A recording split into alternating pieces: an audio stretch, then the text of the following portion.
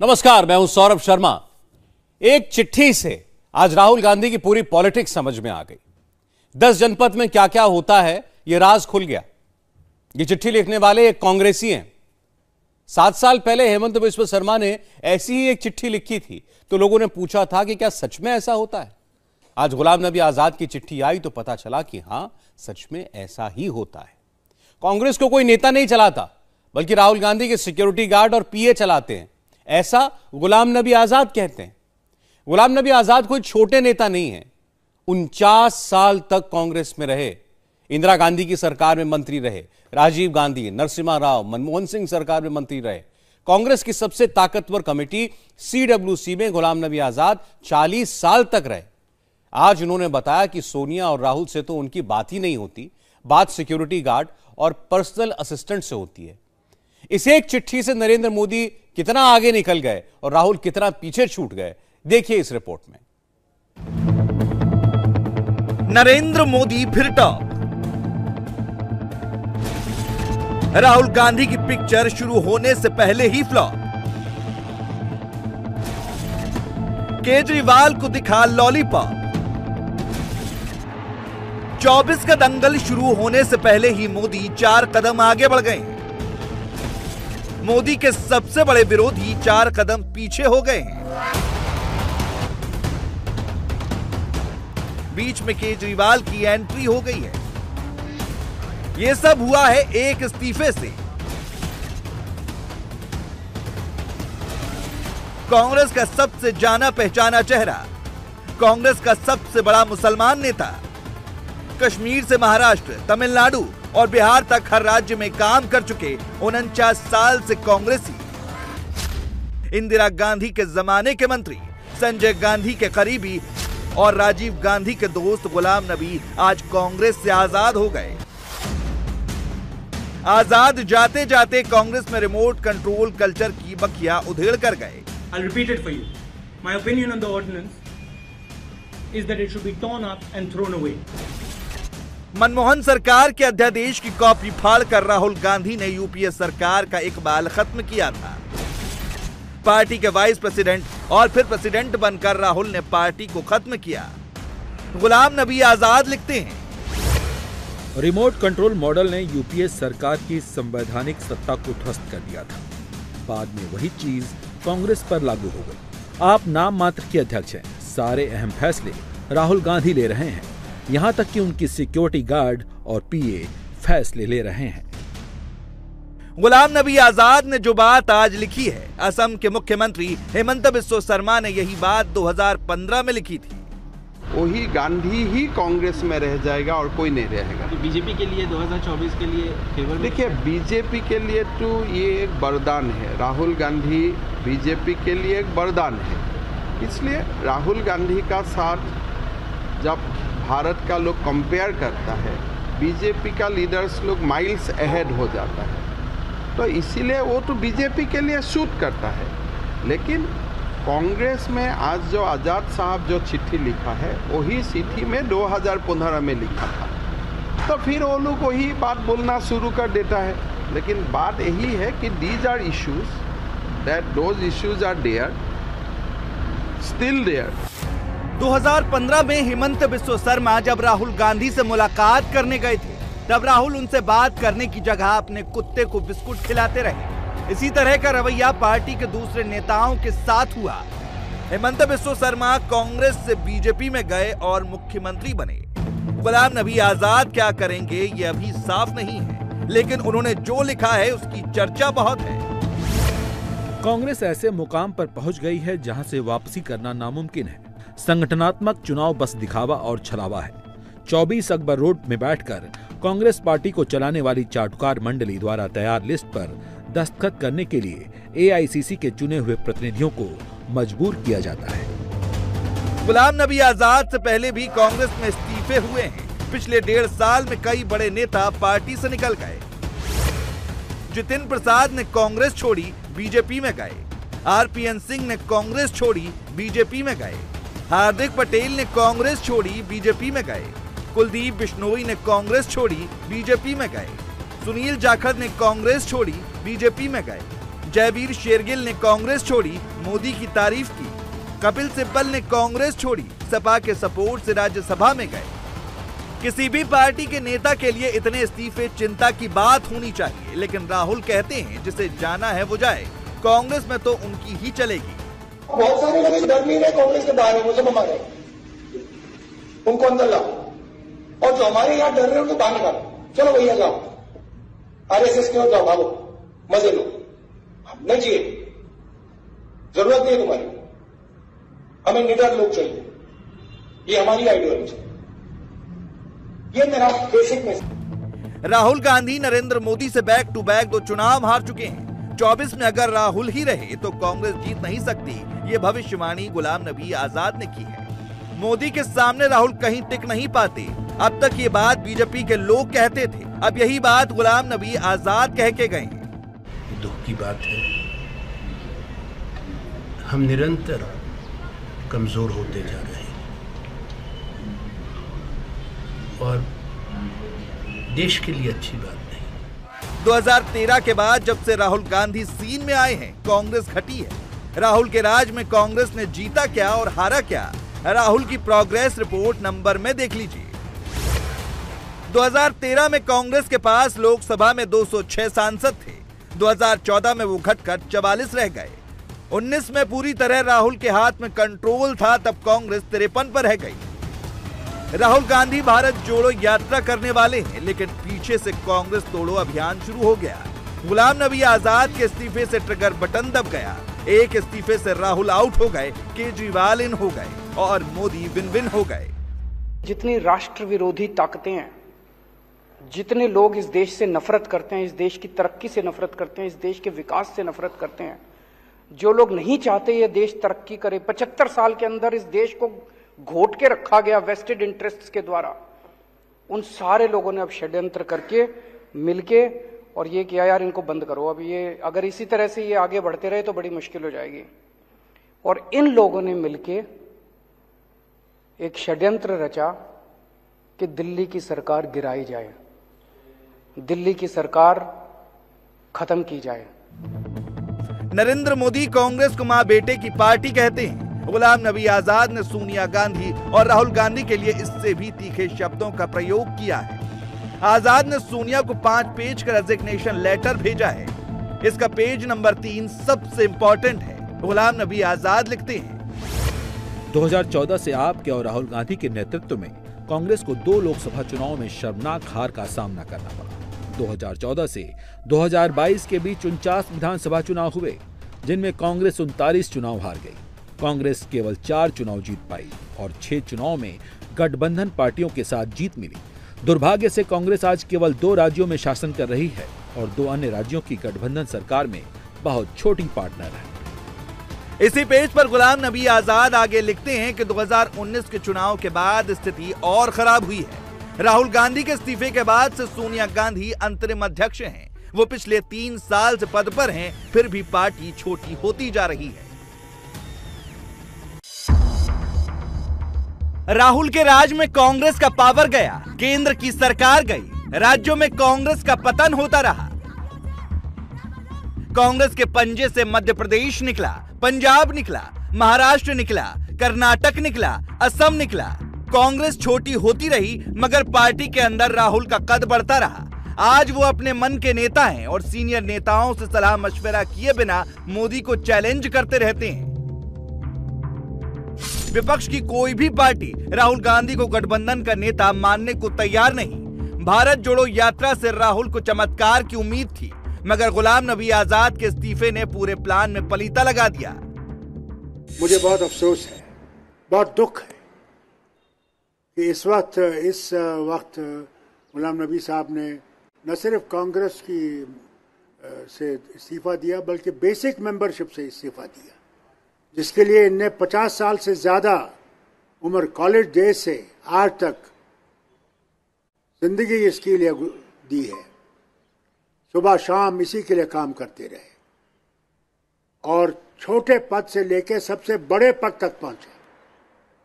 और ये सिर्फ कांग्रेस के ही लीडर नहीं थे, ये गांधी परिवार का एक हिस्सा थे और जब तक इनको वो सदमा नहीं लगा कि अब मेरी वो इज्जत नहीं है,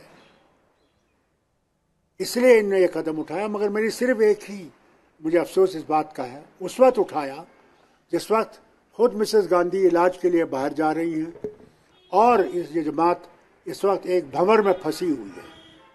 और इस वक्त इसको अगर इसे भंवर से निकाल के ये इस्तीफा देते तो मुझे अफसोस नहीं होता।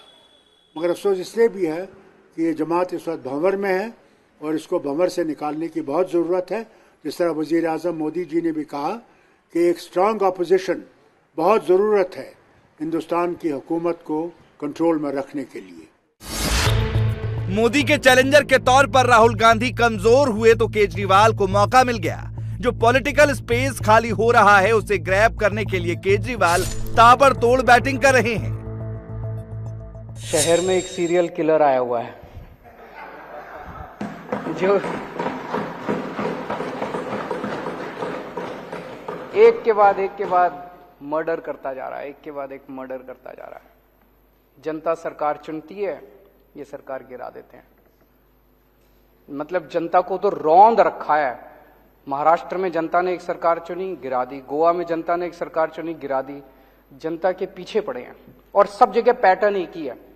अभी जैसे महाराष्ट्र में भी हम लोगों ने देखा, जितने टूट के इधर से उधर गए, बताते हैं सबके पीछे सीबीआई ईडी पड़ी थी। सीबीआई और ईडी उनको बुला रही थी, जैसे वो इधर से उधर गए सीबीआई ईडी के केस बंद। सेम पैटर्न हर जगह यही चल रहा है। पहले ये सीबीआई और ईडी के केस लगाते हैं 4-5 के खिलाफ, तो दूसरे वाले सारे डर के, जिन्होंने गलत काम कर रखे होते हैं, वो सारे डर के फिर उनको मैसेज भेजते हैं, भाई तुम्हारा भी यही हाल कर देंगे तुम, तो सारे इनके पास आ जाते हैं, फिर ये तोड़ लेते हैं, फिर ये सरकार गिरा देते हैं। सेम पैटर्न है, वो जो सीरियल किलर का पैटर्न होता है। आपने वेब सीरीज देखी होंगी, आजकल काफी आ रही है। ये जितनी जीएसटी, ये जितना महंगाई हो रही है, इतना जीएसटी लगा दिया इन लोगों ने, ये सारा पैसा कहां जा रहा है? ये सारा पैसा दो चीजों में जा रहा है। एक अपने अरबपति दोस्तों के कर्जे माफ करते हैं और दूसरे ये एमएलए खरीदते हैं। इन दो चीजों में जा रहा है। महाराष्ट्र की सरकार गिरानी थी तो छाछ पे जीएसटी लगा दी, दही पे जीएसटी लगा दी, शहद पे जीएसटी लगा दी, गेहूं पे जीएसटी लगा दी, चावल पे जीएसटी लगा दी। अगर अपने एक दोस्त का कर्जा माफ करना होता है, पेट्रोल के दाम बढ़ा देते हैं। गुलाम नबी आजाद की एक चिट्ठी आई तो राहुल के वफादार नेताओं ने 20 चिट्ठियां लिख दी। कांग्रेस ने आज जितनी प्रेस कॉन्फ्रेंस कर दी, उतनी प्रेस कॉन्फ्रेंस तो ये पार्टी सालों साल नहीं करती। आज जो कुछ भी हमारी पहचान देश के अंदर है, 135 करोड़ की आबादी है, कौन किसको जानता है? आज हम लोग जो भी हैं, हमारी पहचान कांग्रेस और हाईकमान के विश्वास के कारण है। हमारी पहचान कितने लोगों को चांस मिलता है? सबको मिल भी नहीं सकता है। कुछ लोगों को, चंद लोगों को चांस मिलता है। तो हाईकमान के सामने कितनी बड़ी चैलेंज होती है सेलेक्ट करने की, कि मैं किन को सेलेक्ट करूं, बाकी लोग क्या सोचेंगे। हम ये ना भूलें कि आज से पहले भी दिन गुजरे हैं। आज से पहले भी राहुल जी के साथ ये लोग बैठे हैं, बात करी है। राहुल जी ने इनको सम्मान दिलवाया है, इनको पद दिलवाए हैं। तो आज क्या ऐसी बात हो गई कि आज राहुल जी से इतने रुष्ट हो गए? ये आज क्या बात हो गई? राहुल जी के और हम लोगों के जो संबंध हैं, वो हमारे संबंध किसी लेन देन के नहीं हैं। कुछ हो सकता है तो हमारा कर्तव्य बनता है कि हम पार्टी की लीडरशिप के लिए, पार्टी के नेतृत्व के लिए कुछ करें। कांग्रेस के सीजन लीडर्स ने सीधे सीधे मोदी का नाम नहीं लिया, लेकिन नए नेताओं ने खुल्लम खुल्ला मोदी पर वार किया। हाथ उठाकर सीडब्ल्यूसी के मेंबर बन जाते थे, तो तब आपको नहीं समझ में आता था कि ये गलत है या सही है। आज वो सारी बातें गलत लग रही हैं आपको।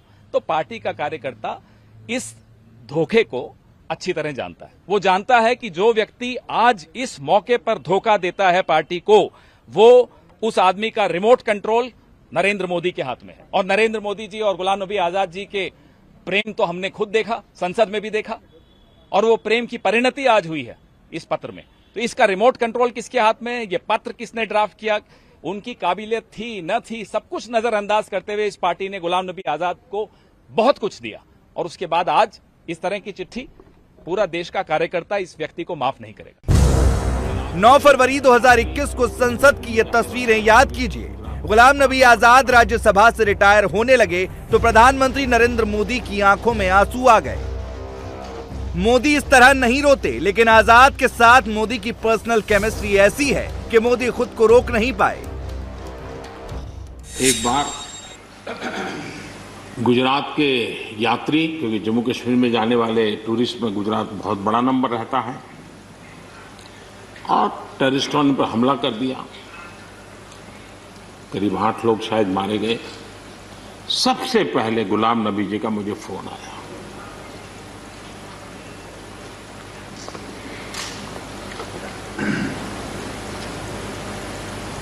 और वो फोन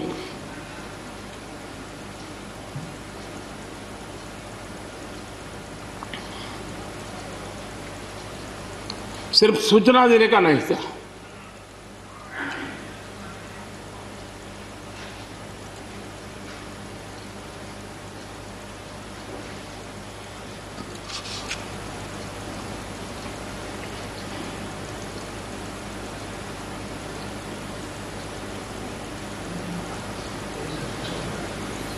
उनके आंसू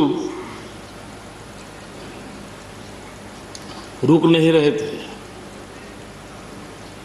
फोन पे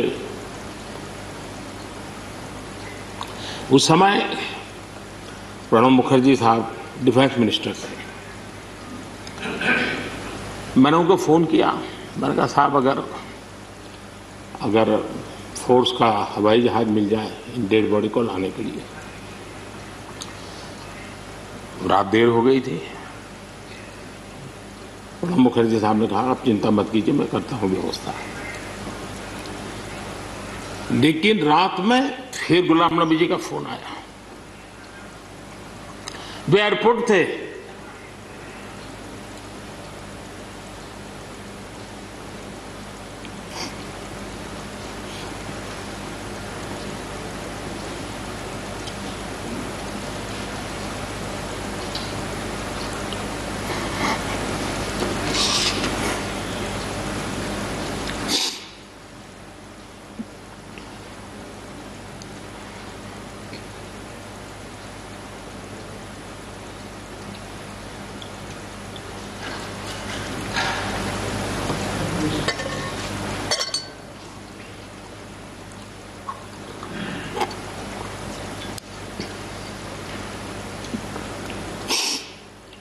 सॉरी, उस रात को एयरपोर्ट से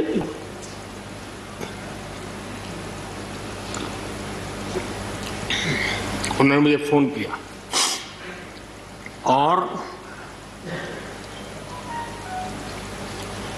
जैसे अपने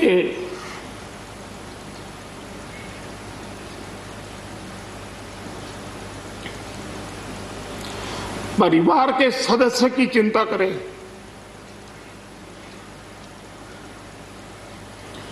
वैसी चिंता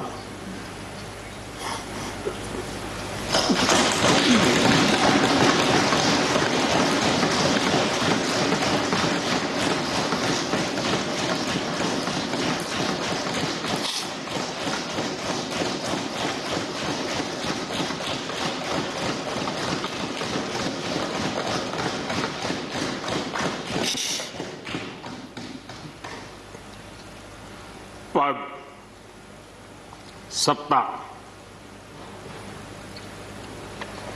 जीवन में आती रहती है, लेकिन उसे कैसे पचाना,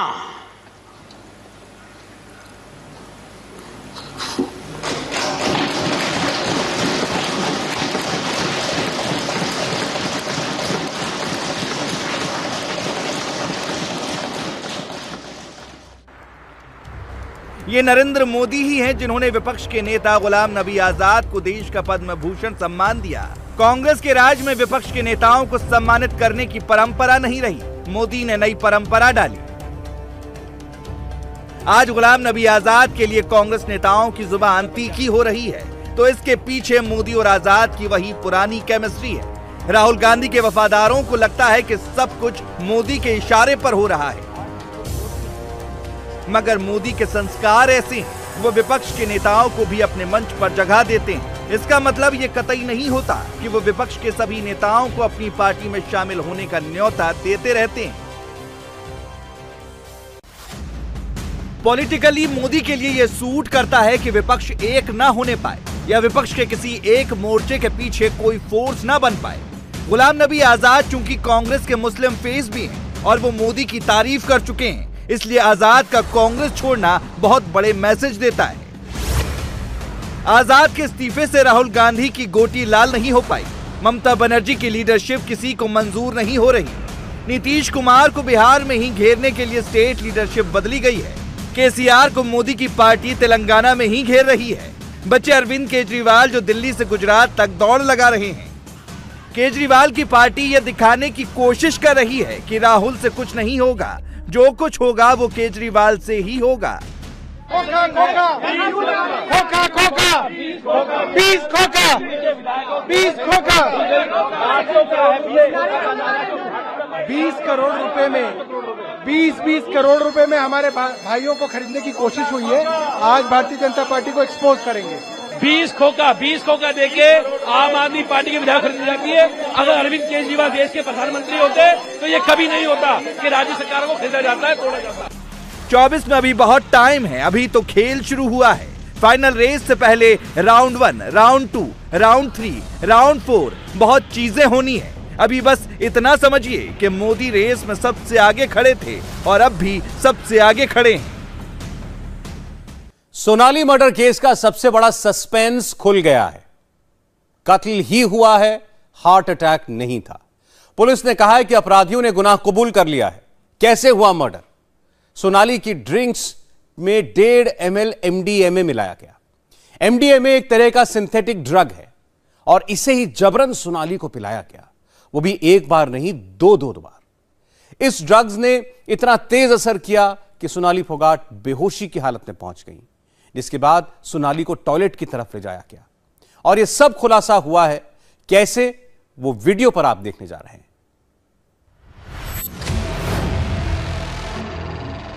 एक एक फ्रेम में सोनाली फोगाट के मौत की कहानी छिपी हुई है। एक एक लम्हा कह रहा है सोनाली फोगाट के साथ कर्लिस रिजॉर्ट में मिडनाइट क्या हुआ। सोनाली फोगाट की हलक में साजिश का जहर पैबस्त हो चुका था। खुद से वो चल नहीं पा रही हैं, संभल नहीं पा रही हैं, लड़खड़ा रही हैं। जब भरोसे में साजिश का जहर घुलता है और वो कितना खौफनाक रंग दिखाता है, इस वीडियो से समझ सकते हैं। जूस में मिलाया गया ऑब्रोक्सियस केमिकल रंग दिखाने लगा। सोनाली बेकाबू हो चुकी थी, उन्हें होश नहीं था। उन्हें यह भी नहीं पता था कि जो सहारा दे रहा है वही उनकी इस हालत का जिम्मेदार है। और उसने ही जबरन जूस में सिंथेटिक ड्रग्स मिलाया और उन्हें पिलाया, और इसी जहर ने सोनाली की सांसें रोक दी। मर्डर का यह पूरा प्लान कैसे इंप्लीमेंट में आरोपियों ने लाया, पुलिस ने पूरा सीक्वेंस बताया। जो प्राय देखा गया है कि मुलजिम आते ही किसी को, पुलिस को सच नहीं बताते, इसलिए उपलब्ध साक्ष्यों के आधार पर जो सीसीटीवी फुटेज कर्लिस क्लब से लिए गए, उनके आधार पर देखा गया कि एलिज्ड सुधीर सांगवान और उसका एसोसिएट सुखविंदर सिंह डिसीज्ड के साथ में क्लब में पार्टियां कर रहे हैं। और एक वीडियो से जाहिर होता है कि उसको एक सब्सटेंस फोर्सफुली विक्टिम को वन ऑफ द एक्यूज पिला रहा है। जब उसको इस तथ्य से कन्फ्रंट कराया गया तो सुखविंदर और सुधीर सांगवान ने पुलिस के सामने कन्फेस किया कि उन्होंने इंटेंशनली एक्यूज को लिक्विड में कोई ऑब्नॉक्सियस केमिकल मिला करके पिलाया, जिसके बाद विक्टिम अपने सेल्फ में नहीं रह पाई। फिर उसको संभाला जाता है और दूसरे शॉट में भी देखा कि उसको लिक्विड में कुछ पिलाया जा रहा है। कुछ ऐसा ही हुआ था 23 अगस्त की रात को। डांस फ्लोर पर डांस चल रहा था। फ्लोर पर सोनाली फोगाट भी मौजूद थी और दोनों आरोपी बॉडीगार्ड सुखविंदर सिंह और पीए सुधीर सांगवान भी। पार्टी चल रही थी, लेकिन सुखविंदर और सुधीर के दिमाग में खौफनाक साजिश चल रही थी। पता तब चला जब सीसीटीवी में उनकी हरकत पकड़ी गई। आगे फ्लोर पर सोनाली पार्टी कर रही थी और पीछे जूस में ड्रग्स मिलाया जा रहा था। पुलिस को सीसीटीवी में दिखा है कि ड्रग्स मिले जूस को जबरन सुधीर सांगवान और सुखविंदर ने सोनाली को पिलाया, वो भी एक बार नहीं 2 बार। और जब ये ड्रग्स धीरे धीरे नसों में फैलने लगा तो सोनाली बेसुध हो गई, जिसके बाद आरोपियों ने प्लान नंबर 2 पर काम करना शुरू किया। कैसे सोनाली को ड्रग्स के जहर से मौत की आगोश में पहुंचाना है। करीब 4:30 बजे जब वो अपने आप को संभालने में नाकाम रही तो मुलजिम विक्टिम को बाथरूम टॉयलेट की तरफ लेके जाता है और फिर वहां करीब 2 घंटे वो रहते हैं टॉयलेट में, जिसका एक्सप्लेनेशन अभी तक एक्यूज ने नहीं दिया है। अब चूंकि कस्टोडियल इंटरोगेशन किया जाएगा, उससे वो क्या चीज पिलाया है, कहां पर उसने फेंका है, ये सब बाद की बातें हैं। प्रिलिमिनरी इन्वेस्टिगेशन में दोनों एक्यूज्ड एस्टेब्लिश हो रहे हैं और उनको 302/34 धारा के तहत गिरफ्तार कर लिया गया है। उस रात क्या हुआ, कैसे हुआ, कौन कहां डांस कर रहा था, किस जगह पर सोनाली थी, किस जगह पर जूस में ड्रग्स मिलाया गया, कहां पर सुखविंदर था और कहां पर सुधीर सांगवान। कॉलेज रिजॉर्ट के भीतर ऑन द स्पॉट पूरी सीक्वेंस को मुंबई ब्यूरो चीफ जयप्रकाश सिंह ने खुद देखा और बताया। हम इस वक्त उसी जगह पर मौजूद हैं जो कर्लीज क्लब के अंदर है और ये वही लेन है जिसके अंदर का डांस फ्लोर जो है, वहां पर सोनाली और सुधीर थे।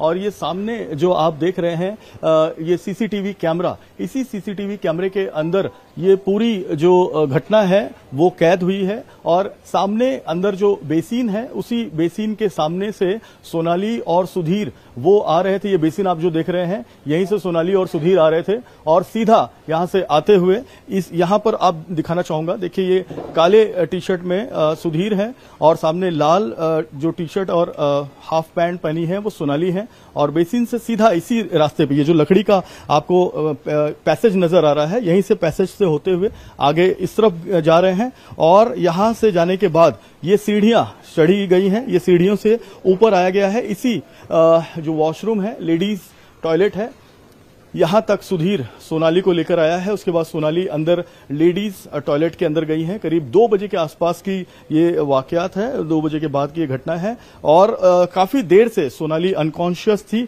लेकिन हम देख सकते हैं कि कैसे सोनाली को सुधीर अपने साथ में लेकर आ रहे हैं। कंधा सोनाली ने सुधीर का पकड़ा हुआ है और सुधीर भी लड़खड़ा रहे हैं, सोनाली भी लड़खड़ा रही है। लंगड़ाते हुए सोनाली फोगाट जो है वो चल रही है। और यहीं पर आने के बाद अंदर लेडीज टॉयलेट में सोनाली को जो है सुधीर ने अंदर भेजा है। 2-3 और लोग नजर आ रहे हैं इस सीसीटीवी में जो सुधीर और सोनाली के पीछे हैं। पहले सोनाली यहीं इसी सीढ़ी पर बैठती है और यहां पर काफी देर तक बैठने के बाद उन्हें पानी वानी पिलाया जाता है। उसके बाद वापस दोबारा यहां पर इस सीढ़ी पर आकर सोनाली बैठती है और यहां पर भी उन्हें पानी वगैरह पिलाया जाता है। किसी तरह से सोनाली चढ़ते हुए 3 जो सीढ़ी है, स्टेयरकेस है, वो ऊपर जाती है और ऊपर जाने के बाद अंदर करीब 2 से 2.5 घंटे तक सोनाली अंदर रहती है। तो ये सीसीटीवी पुलिस के पास आया है, जिसके आधार पर यह बात साफ हुई है कि जो ड्रग्स है वो सोनाली को दिया गया था और ये सिंथेटिक ड्रग्स था। ये ड्रग्स कौन लाया था, इस पर भी पुलिस इन्वेस्टिगेट कर रही है। पुलिस ने खुलासा कर दिया है कि सुधीर सांगवान और सुखविंदर से पूछताछ अब पुलिसिया स्टाइल और फॉरेंसिक तरीके से होगी। आरोपियों को मौके पर ले जाकर के सबूत इकट्ठे किए जा रहे हैं, जहां उनको उस रात की पूरी कहानी सच सच बतानी होगी, जिसमें यह भी बताना होगा कि कौन सा ड्रग्स दिया, कहां से लिया और क्यों दिया। पोस्टमार्टम रिपोर्ट में ब्लंट ऑब्जेक्ट से चोट लगी तो कैसे लगी। ये जो जैसा कि कल डीजीपी साहब ने क्लियर किया है कि वो इतनी इंजरी नहीं है कि किसी को डेथ कॉज कर सके, वो बहुत ही माइनर इंजरीज हैं। और जब एक्यूज से उसको कन्फ्रंट किया गया तो उन्होंने बताया कि जब उसको उठा रहे थे टॉयलेट से, उस समय उसके ये एब्रेजन मार्क्स हैं। आज ये बात साफ हो गई है जांच में। खुद आईजी लॉ एंड ऑर्डर जो गोवा के हैं उन्होंने ये बात साफ कर दी है बिश्नोई जी ने कि उन्हें ड्रग्स दिया गया था। सोनाली को ड्रग्स जहां पर दिया गया था वो एरिया मैं आपको बताता हूं। ये देखिए, ये जो पूरा ये पब है उसका ये एरिया है। अंदर कस्टमर्स आते हैं, देश विदेश से यहां पर कस्टमर्स आते हैं क्योंकि ये बहुत ही फेमस जगह है इटरी की। यहां पर अलग अलग प्रकार के बहुत अलग अलग भोजन बनाए जाते हैं। हमारे साथ पब के इस क्लब के जो मैनेजर हैं लुकोस, वो हमारे साथ यहां पर हैं। लुकोस कर्लीज यहां पर हैं। तो आप ये बताएं कि आपके इस क्लब में आके कोई ड्रग्स लेता है, ये बहुत बड़ी और बहुत बड़ा जुर्म है, ये आप कैसे होने देते हैं? हम यहाँ पे तो अलाउ करते ही नहीं। फर्स्ट ऑफ ऑल यहाँ पे हमारा 26 साल का बिजनेस है। हम फूड एंड बेवरेज का ही हम सर्विस करते हैं। यहाँ पे लिखा ही हुआ है सीधा तौर पर नो ड्रग्स। ये देखिए, मेरा यहाँ पे लिखा हुआ है सीधी तौर पर नो ड्रग्स। और वैसे भी 18 साल के नीचे अगर कोई दारू भी लेता है तो हम उसको अलाउ नहीं करते। हमारे बॉडीगार्ड बाउंसर्स हैं, हम इमीडिएट उसको बाहर निकाल देते हैं। अगर कोई चोरी छुपे इस तरह करे तो हमेशा हर तरह नजर रखना तो मुमकिन नहीं है। यही बात है। इसने ये कहा है कि कार्लीज जो आपका ये रेस्टोरेंट है, ये पब है, इसके अंदर वो 22 तारीख की रात को सोनाली फोगाट आई थी और उनके साथ में 2 लोग थे। वो लोग डांस कर रहे थे, सब कुछ कर रहे थे और उसके बाद उनको ड्रग्स देते हुए सीसीटीवी में आया। तो सीसीटीवी आपने प्रोवाइड कराया? सारे सिक्योरिटी सिस्टम हमारे पास है। हमारे किसी ने कुछ नहीं किया, आपस में है जो हम लोग हैंड ओवर कर चुका है जो भी सीसीटीवी का फुटेज था। और ये यहाँ पे दिन भर में हजारों के तादाद में कस्टमर आते हैं। उसके अंदर बड़े बड़े सेलिब्रिटी भी आते हैं। बड़े बड़े सेलिब्रिटी भी हमारे यहाँ पे आते हैं।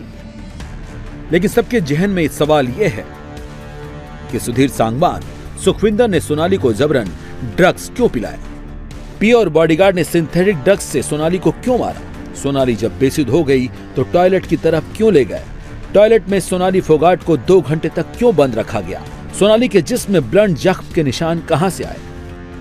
सोनाली फोगाट ने जिस सुखविंदर और सुधीर सांगवान को अपना सबसे करीबी बनाकर रखा था, उन्होंने ऐसा क्यों किया? इसके पीछे मोटिव क्या था? पुलिस की इनिशियल इन्वेस्टिगेशन में इस बात के सबूत मिले हैं कि सोनाली फोगाट को जान से मारने के पीछे सोनाली की संपत्ति और दौलत थी। इनका इसके पीछे क्या मोटिव था कि उनको ड्रग्स देना या फिर ऑलमोस्ट दिल्ली से या नोएडा से इस तरफ आना गोवा में और ये उनका ड्रिंक जो है वो स्पाइक करना? और सर पहले भी इनके साथ कुछ हरासमेंट हुआ था विक्टिम के साथ इन अक्यूज से? इस तरह का एविडेंस अभी तक हमारे पास नहीं है कि कोई हरासमेंट हुआ है नहीं हुआ है, लेकिन क्योंकि हर क्राइम के पीछे कोई ना कोई इकोनॉमिक इंटरेस्ट होता है, मुझे ऐसा लगता है कि इसमें भी इनका कोई ना कोई economic interest. Right now I cannot establish whether it is political or economic, but normally आप सब जानते हैं जर जोरू जमीन के बिना कोई तीसरा क्राइम मोटिव हुआ नहीं करता। So, ड्रग में सिर्फ ये सिंथेटिक ड्रग है जो उनको फोर्सफुली दिया गया, इतना ही एस्टैब्लिश कर पाए फिलहाल? अभी तक जो एक्यूज ने कन्फेस किया है उसी के बेसिस पे मैं आपको बता। पुलिस जो सवाल उठा रही है उसका जवाब हमें हिसार से मिला, जहां आज सोनाली फोगाट का अंतिम संस्कार किया गया। बेटी यशोधरा ने अपनी मां सोनाली फोगाट को मुखाग्नि दी और यहीं पर पता चला कि सुधीर सांगवान सोनाली फोगाट के साथ उसकी प्रॉपर्टी की लालच में जुड़ा था। यहाँ तक कि उसने अपनी कैंसर से पीड़ित बीवी को भी 3 साल से छोड़ रखा था और अपने बेटे बेटी से मिलने तक नहीं जाता था क्योंकि उसकी नजर सोनाली की दौलत पर थी।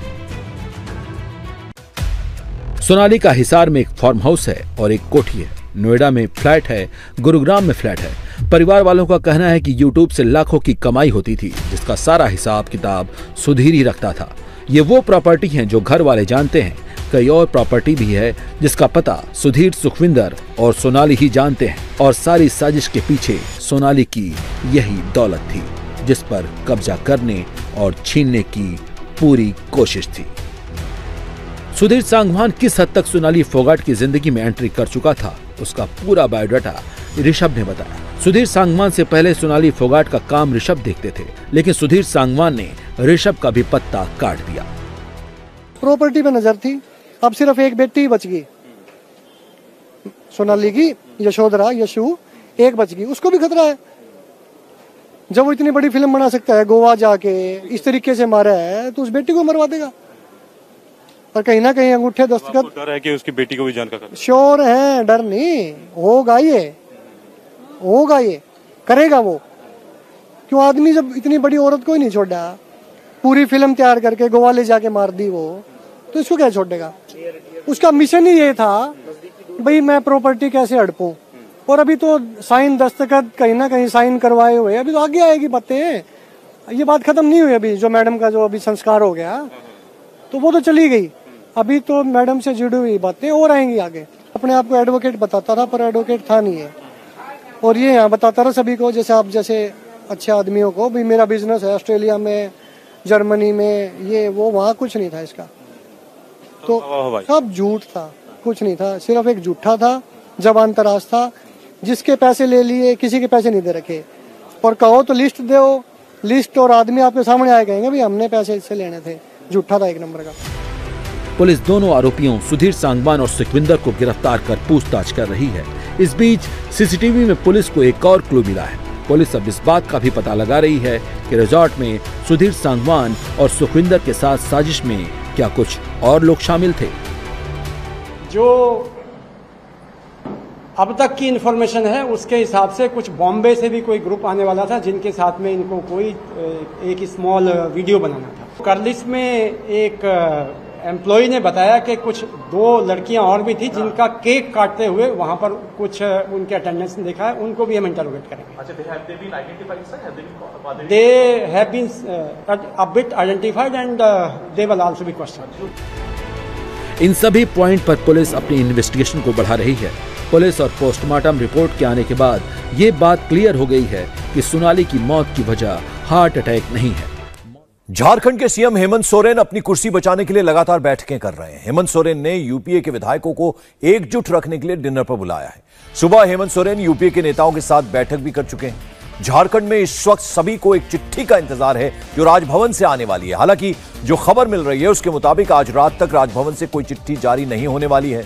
बताया जा रहा है कि गवर्नर कानून के जानकारों से इस मुद्दे पर बात करने के बाद ही कोई फैसला लेंगे, जिससे उनके फैसले को कोर्ट में चैलेंज ना किया जा सके। राज्यसभा टिक टैक शिक्षा मंत्री, पंचायती मंत्री बाबूलाल मरांडी से भी बात कर रही है।